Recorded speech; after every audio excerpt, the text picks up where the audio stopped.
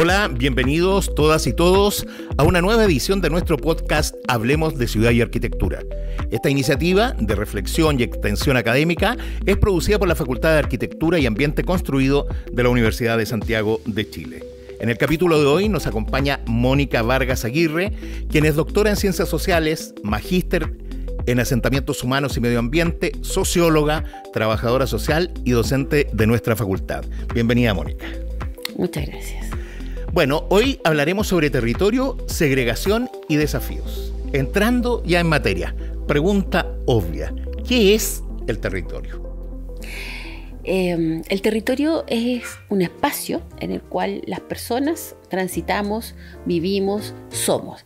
No existe territorio sin personas, pero tampoco existen las personas sin el territorio. Yo siempre le digo a mis estudiantes en la clase que las sociedades no vuelan. Por lo tanto, siempre hay un espacio concreto, una cuestión física, si tú quieres, que nos contiene, que contiene nuestras relaciones, pero que también condiciona nuestras relaciones. La forma en que nos vestimos, la forma en que hablamos, nuestras corporalidades están muy regidas también por el territorio en el cual habitamos. Pero muy interesante eso, porque uno tendiera a pensar de que el territorio se puede llamar territorio a una extensión, a un espacio que no necesariamente contiene personas.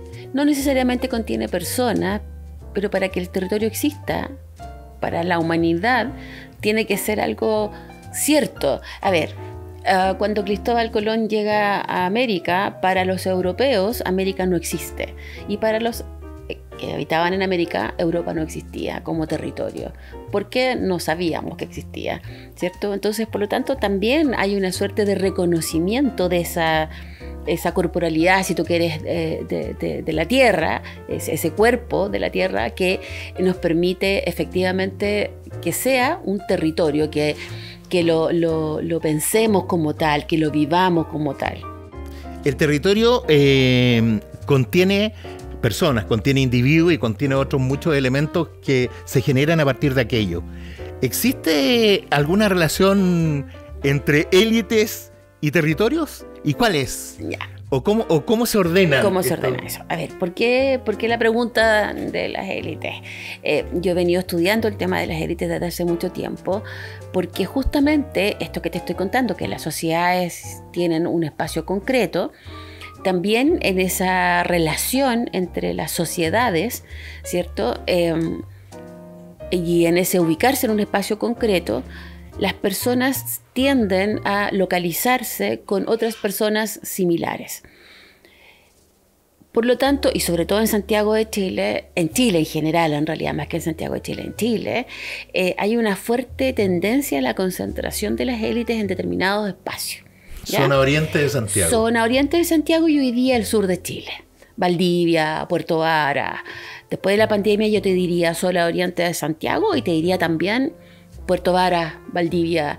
Porque la virtualidad, esta desterritorialización de la sociedad permitió que, o este aumento de distancia, ¿cierto? O sea, en el fondo, esta cosa de poder relacionarse desde una distancia mayor, pero en tiempo real, que es la virtualidad, permitió que muchas agencias se localizaran en el sur, porque es más tranquilo, porque es más seguro, porque es más bonito.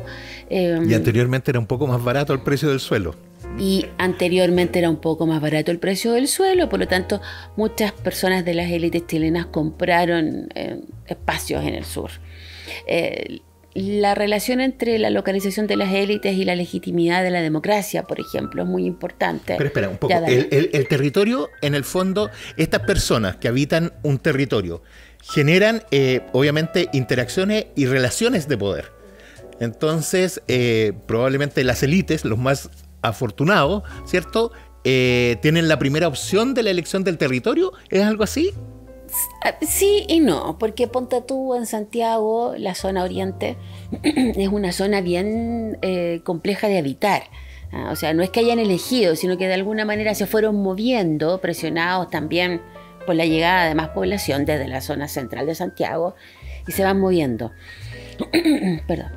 Y el eje, mientras tanto, el eje de este poblamiento de las élites tiene que ver como más arriba del Mapocho y lo más cerca de la cordillera. Claro, las élites comienzan en el centro y luego se van moviendo hacia la cordillera. Pero la localización en la cordillera es una localización difícil. O sea, estamos hablando que la mayoría de las personas que tienen más dinero o los precios más caros de la ciudad son arriba de la falla San Ramón. O sea, tampoco es el lugar más apropiado y hay harta irregularidad en el terreno, cuesta construir, ¿cierto? Pero bueno, en realidad lo relevante es que las élites tienden a concentrarse en determinados espacios y también las otras personas, las no élites, digamos, se concentran en otros espacios con características similares. Eso genera una imposibilidad de encuentros. Hasta antes de, yo te diría que hasta antes de los años 80, la generación de carreteras, hasta antes de las autopistas urbanas, había una posibilidad de encuentro en la ciudad. ¿Estas posibilidades de encuentro son más difíciles hoy entonces? Son más difíciles hoy porque, ponte tú quieres salir desde Santiago, desde Las Condes o Vitacura a África o Egipto, tomas la costanera, llegas al aeropuerto, te vas a Egipto, vuelves de Egipto, tomas la costanera, llegas a tu casa y no pasa nada. No ves nunca a una persona pobre, a una persona que tiene condiciones de habitación distintas. No te das cuenta que hay otros espacios en la ciudad donde no hay árboles, por ejemplo, o donde las casas son mucho más pequeñas, donde las calles son más angostas. No alcanzas a dimensionar.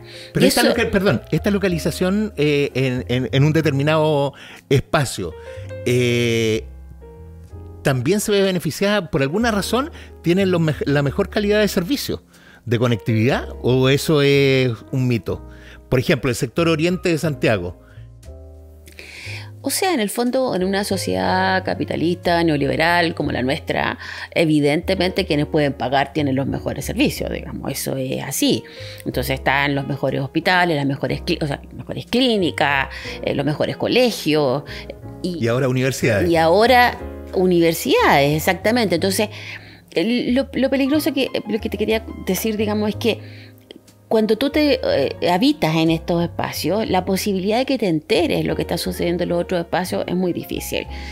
Pero las personas que toman decisiones en general habitan en esos espacios. Entonces, de algún modo te cuesta imaginar la vida en los otros territorios. Es como que tú no puedes creer que existan lugares donde las calles solo cabe un auto y no hay vereda, por ejemplo. ¿Ya? Que son las calles de la mayoría de las poblaciones de Chile. Y que son bastante comunes. Y que son muy comunes. O sea, es lo común. ¿Ya? Lo extraño es que la Avenida de las Flores tenga un mantejón central, palmerita y una distancia enorme, digamos, donde hay 3 pistas por lado, digamos. Eso es lo que no es común. A mí me parece muy interesante lo que dijiste, que finalmente la gente que toma decisiones, independiente de su ideología, habitan el mismo territorio de los afortunados, por llamarlo de alguna manera. Sí, mira, es muy interesante. Yo hice una investigación hace algunos años donde georreferencié las direcciones de las personas que tomaban decisiones en Chile. Y claro, creo que era el 93% más o menos habitaba en este espacio. Y el otro 7% habitaba en parcelas. O sea, tampoco era que viviera en el centro de Santiago. Y te estoy hablando no solamente de parlamentarios o de ministros y ministras, te estoy hablando de dirigentes sociales, por ejemplo. ¿Ya? Aunque uno podría tender a pensar que, no sé, porque el presidente de la CUT, de la ANEF, habitan, digamos, al menos en el centro de Santiago. ¿Te das cuenta? Pero no es así. No habitan en la zona sur ni en la zona norte, habitan en la zona oriente. Desde este punto de vista, ¿tú le asignas un valor simbólico a la elección del actual presidente de vivir en el casco antiguo de Santiago? Claro, sí, tiene un valor, porque en el fondo lo que hace es recuperar esta idea de volvamos a transitar todos por todos los espacios. Y eso es muy relevante. Es muy relevante no reproducir esta fragmentación que existe hoy día en nuestra ciudad. ¿Y tú estás de acuerdo que en las ciudades más pequeñas, con otra escala, la plaza sigue siendo de alguna forma el punto de encuentro de la comunidad? Porque es un espacio muy democrático. Todos transitan. Es que, sí, bueno. Todos transitan de alguna forma por ahí. Ya, pero es que mi hipótesis es que en realidad todos transitan, pero esos todos son todos iguales. Y eso es lo complejo. O sea, ni siquiera en ciudades más chicas tú tienes un transitar de las élites por las plazas. Puede ser que vayan al banco, porque generalmente está en la plaza, esta lógica, digamos, clásica de estructuración de las ciudades, que está en la plaza, en un lado está la municipalidad, el banco, la iglesia, ¿cierto? Que un poco reproduce lo que es nuestra plaza de armas, digamos, ¿cierto? Pero en general eso hoy día no está pasando. Entonces, estas ciudades más chicas se van también llenando de personas que piensan igual, se visten igual, son muy iguales. Es muy interesante cuando yo hice una investigación, por ejemplo, de los malls. Entonces me fui a meter a mall en distintas partes de Santiago y estudié corporalidades, los cuerpos de esos malls. Y los cuerpos, cuando uno podría decir, no, mira, en realidad los cuerpos hay harta diferencia. No, los cuerpos son muy similares. O sea, tú te vas a un mall en la dehesa. En la dehesa, y la corporalidad, el portal, por ejemplo, el portal de la dehesa. La corporalidad es muy similar de las personas que transitan por ahí. Tienen una forma de caminar, una forma de tener la espalda recta, y tú te vas a un mall, no sé, la zona sur. En general también tienen menor peso. En general tienen menor peso, pero yo te diría que es la actitud, la forma en que ocupan el espacio que es muy distinta, ¿ya? Y eso hace referencia a que nuestra ciudad de Santiago en particular, pero como te insisto, no solamente Santiago, o sea, ponte tú, Viña, hoy día Concón ocupa un espacio distinto al de Viña del Mar o el de Reñaca, ¿cierto? O sea, Concón hoy día está mucho más concentrada las élites, se han ido moviendo desde Viña del Mar, ¿cierto?, hacia Reñaca y Concón.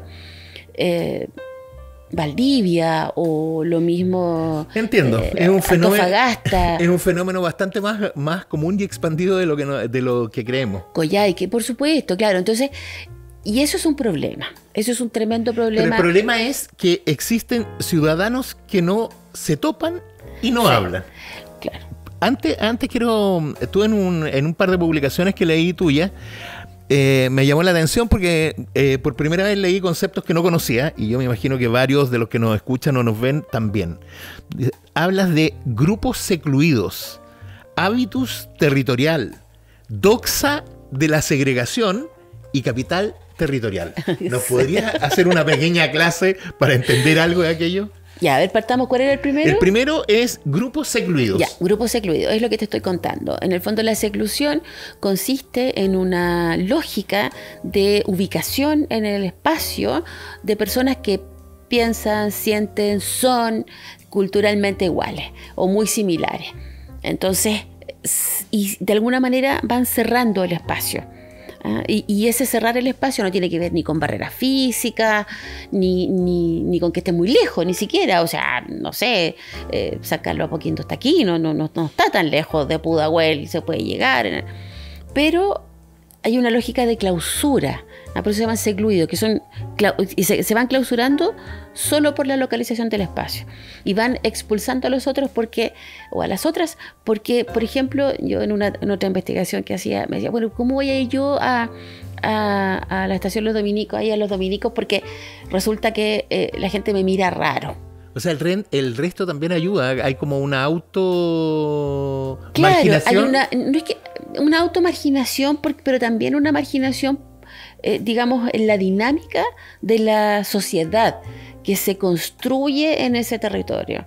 Entonces, como te miran mal, por ejemplo, unos chicos me decían, es que si yo voy a escuela militar, me siguen los guardias. O si yo voy al portal de la dehesa, los guardias me miran feo.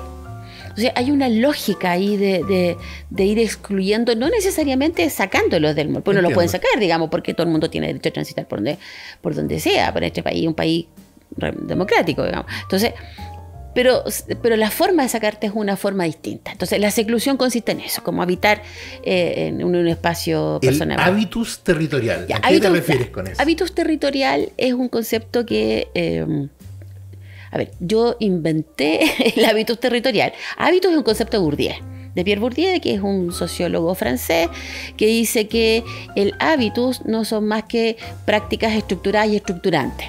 Es decir, cuestiones que la sociedad hace, pero que además el estar en ese espacio te condicionan a hacer. Entonces son recursivas, si tú quieres.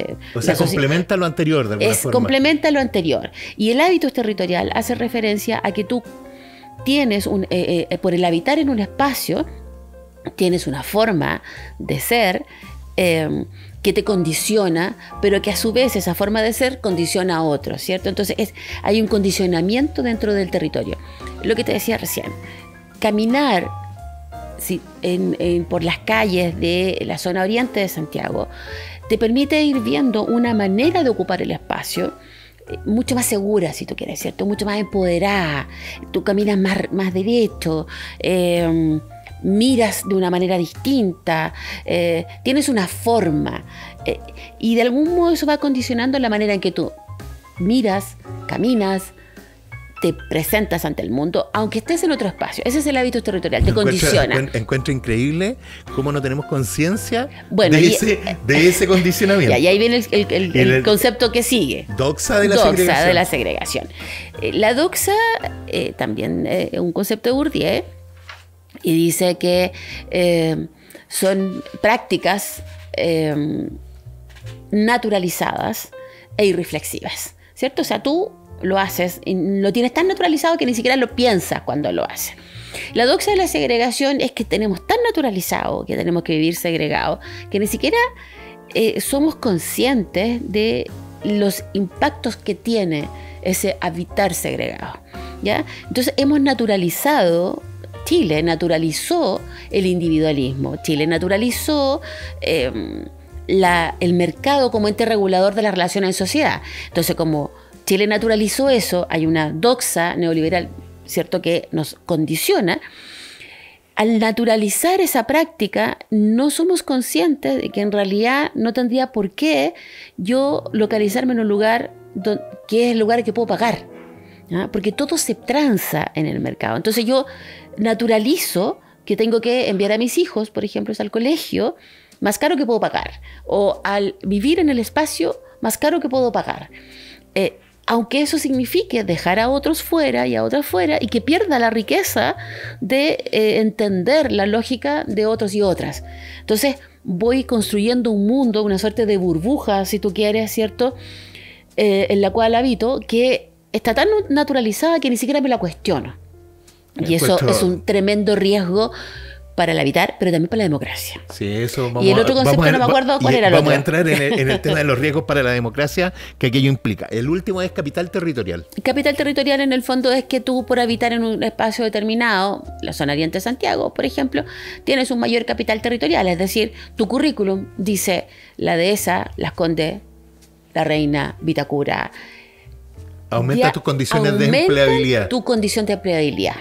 Si tú tienes un currículum que dice otras comunas de la zona sur o de la zona norte de Santiago, la mía, por ejemplo, Peñaflor, disminuye tu... Yo diría que Peñaflor no tanto, porque ahí hay harta parcela, ¿cierto? Entonces yo te diría más bien, no sé, es que no quiero estigmatizar. Sí, no está bien. ¿Sí? Pero comunas de la zona sur que de hecho hay personas que te dicen no lo pongas en tu currículum. O sea, yo he escuchado a personas decirle a otras que habitan en esos territorios: oye, ¿sabes qué? Mejor no lo ponga, yo te paso mi dirección. Es más, se han hecho experimentos donde la misma persona con la misma formación pone que habita en una comuna de la zona sur de Santiago y no consigue empleo, y cambia su dirección a una comuna de la zona oriente y consigue empleo mucho más rápido. Yo estoy de acuerdo contigo. Creo que la primera cosa que se fijan es la dirección y en tus apellidos. Ese es el primer filtro. El primer filtro hasta hace poco respecto del tema de la selección por vía currículum, digamos. Después vienen, obviamente... Tus apellidos, tu dirección, tu colegio. Exactamente. Y tu foto, cuando se estilaba. Exacto. Y tu fotografía, digamos. Pero más bien yo te diría que la dirección y el colegio definen mucho más la posibilidad de empleabilidad. Y eso es muy complejo. Porque tenemos un país que vende la meritocracia como un elemento fundamental, cuando en realidad no existe. Es verdad, ¿no? Estamos todos de acuerdo.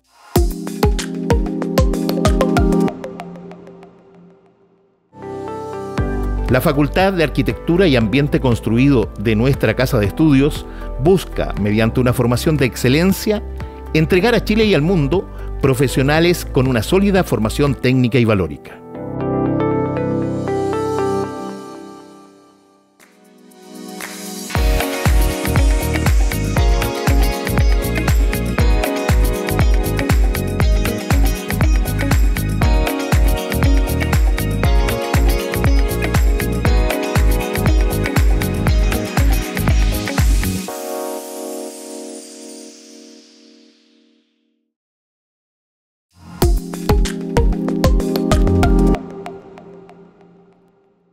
Bueno, después de esta breve pausa, ya volvemos para seguir conversando. La pregunta ahora es, ¿cómo se vincula territorio y violencia? ¿Esta falta de conversación, esta falta de encuentro es el motivo principal de aquello? Sí, claro. O sea, desde mi perspectiva, mi hipótesis es que es muy difícil solucionar los problemas de violencia que tenemos hoy día en la ciudad si no solucionamos también los problemas de relaciones entre personas en la ciudad. Mira, cuando tú hablas con un muchacho de una comuna con menos privilegios o sin privilegios, de frontón segregada, los chicos te preguntan por qué voy a cumplir las leyes, por ejemplo. Si a mí en realidad nunca me ha dado nada el cumplir las leyes. Si un chico que habita en un territorio donde no hay árboles, donde las calles son pequeñas, donde las casas son bajitas, donde hace mucho frío o hace mucho calor en el verano, se pregunta por qué voy a yo confiar en la democracia o voy a confiar en la política si yo nunca voy a tener posibilidades de ingresar a la política. A mí no me representan, dicen estos chicos.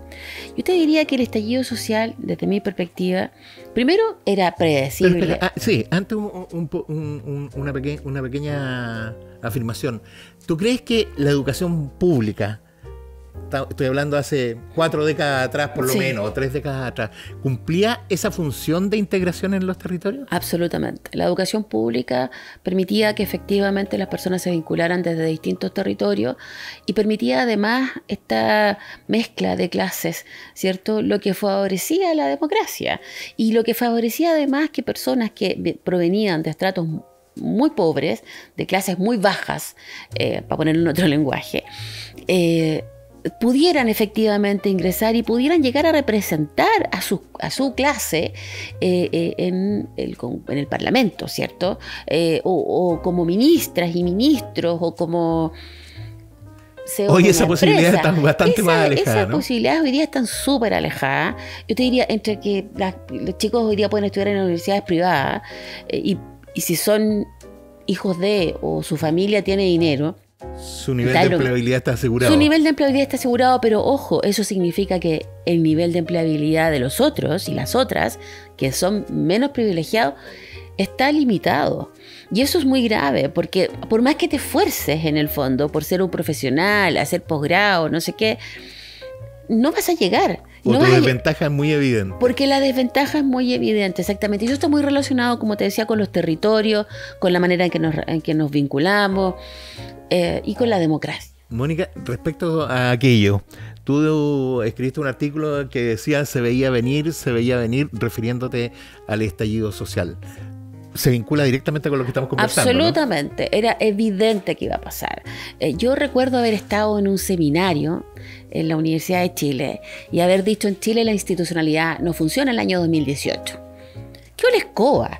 Un grupo de colegas me decía: mira, en realidad, Mónica, pero si la institucionalidad chilena es muy firme, muy estable, funciona absolutamente. Y decía: oye, pero funciona para ti. Funciona para algunos y algunas. No, pero es que hoy día las personas pobres tienen la posibilidad de acceder a bonos, casas y no sé qué. La universidad gratis. La universidad gratuita. Pero yo le decía, pero no funciona. Para esas personas la institucionalidad no funciona y hoy día funciona menos. Entonces el estallido social era evidente. O sea, por alguna parte tenía que salir esto. Yo no pensé que iba a ser así, tan tan fuerte, pero sí era evidente que ya se estaba gestando un germen de mucha rabia. Y yo te diría que el estallido social y la convención constituyente fueron las últimas esperanzas para poder efectivamente afirmar nuestra democracia. Hoy día el problema que tenemos es que pareciera que las cosas funcionan nuevamente, pero en realidad las cosas no funcionan. O sea, ¿tú piensas que las causas que originaron el estallido social están escondidas? ¿Siguen vigentes? Absolutamente vigentes, absolutamente escondidas, pero que hoy día ya no es la política la que está canalizando, sino que es la delincuencia. Y eso es muy grave. Porque de alguna manera el estallido social, la convención constituyente, la convención constitucional y todo lo que vino, digamos, daba una salida democrática al problema. Lo que sucede hoy día es que las personas ya no confían más en esa salida democrática. Y todo vale. Todo vale en política, todo vale en ganar dinero, todo vale... No hay una ética que nos unifique como sociedad. Ayer, o de esta semana, digamos, la diputada Bulnes, que está muy gravemente enferma, está haciendo un tratamiento en cáncer, pidió ser reemplazada en la comisión de ética, digamos, de la Cámara, y votaron en contra algunos parlamentarios solo para sacar una ventaja política. Yo creo que eso es el ejemplo más claro de que hemos perdido toda decencia, porque eso es indecente, ¿ya? Entonces, ese detalle que parece un detalle, no lo es. Es la punta del iceberg de una sociedad muy fragmentada y además muy neoliberal. ¿Y qué significa esto? Que el individualismo es lo que prima ante cualquier situación. El todo vale prima ante cualquier situación. Entonces, yo para comprarme, qué sé yo, zapatilla, vale que yo vaya y robe en alguna parte. Esta ¿cómo se llama? Segregación de parte importante de la ciudadanía en acceso a servicios, en su condición social, en la falta de Estado, tú dices que puede, o sea, que es parte de lo que origina la violencia y violencia asociada obviamente a actos delictivos. ¿Tú crees entonces que es un mito este tema de que lo que estamos viviendo en los medios, básicamente de delincuencia, se deba solo a la migración? A ver, yo creo que la migración incorpora otro elemento, que es un elemento donde culturalmente nuestros migrantes provienen de sociedades muy violentas, donde esto se ha instalado desde hace mucho tiempo y donde los conflictos se han resuelto por medio de la violencia. A lo que me refiero es... Pero, pero hay algo en Chile que permite que efectivamente este germen de violencia importado germine de una manera tan importante como ha sido en Chile. ¿Los niveles de delincuencia con o sin migrantes serían similares? ¿Solo cambian las formas? ¿Solo cambia el tipo de delito? ¿Es que lo que habitualmente se lee o se escucha? No, yo creo que hay ¿Un incremento, como te digo, de la violencia. Hay cuestiones que culturalmente en Chile nunca fueron. Esta cosa como todos los secuestros que se han masificado. Pero ojo con eso también. O sea, te insisto, ¿por qué hoy día, con la llegada del migrante, aumentan los niveles de violencia? Pero no solamente los migrantes, sino que de todo aquel o aquella que comete delito en nuestro país.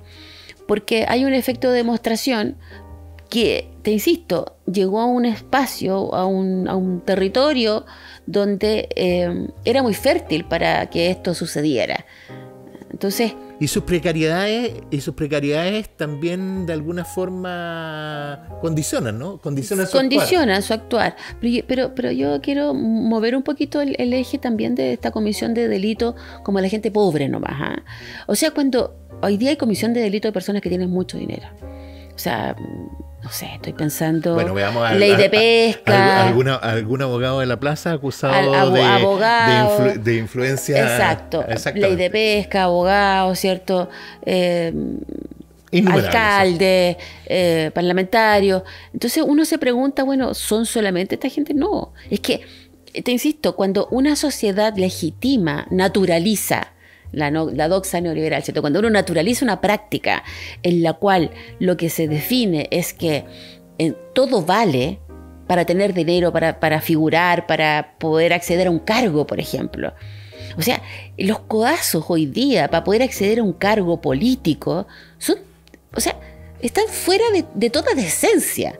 Por eso que puse el caso de la diputada Bulnes, porque hemos llegado a un nivel de indecencia donde lo bueno, lo justo, no tiene cabida. Y ese es el problema.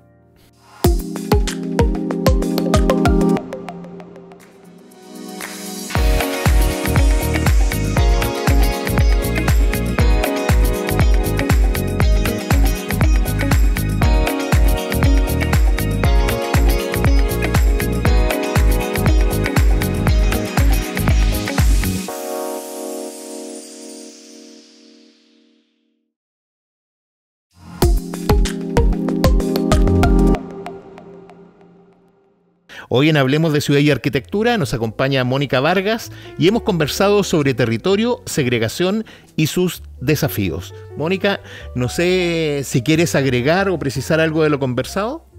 Sí, me gustaría poner el tema de la ética, de la ética como un elemento que pudiera significar efectivamente mover un poquito el eje de lo que estamos viviendo hoy día como país. Empezar a hablar de hacer las cosas bien porque hay que hacerlas bien. Empezar a hablar que tenemos que cuidar nuestros espacios, porque hay que cuidar los espacios porque es donde nosotros habitamos, es muy relevante. Entonces yo invitaría a nuestros radioescuchas o potoscuchas a hablar más de lo que está bien y de lo que está mal. O sea, hay cosas que evidentemente sabemos que están mal. La segregación está mal, no es posible que vivamos de esta manera. Pero también está mal que las personas hayan legitimado el todo vale para acceder al dinero, al poder, a un espacio determinado en la ciudad. Invitarlos a hablar de ética también. Ayer escuché una frase del gobernador regional metropolitano y decía: la ética de los funcionarios públicos no consiste solo en no robar, sino que consiste en hacer además bien el trabajo. Es que ese es el punto. Hacer las cosas bien porque hay que hacerlas bien. Decir la verdad, hacer las cosas bien, ser justo, son cuestiones que hoy día hemos olvidado como sociedad de conversar, ¿cierto? De ponerlas en la palestra. Yo tenía un programa en la radio de la Universidad de Chile que se llamaba Prof Ética.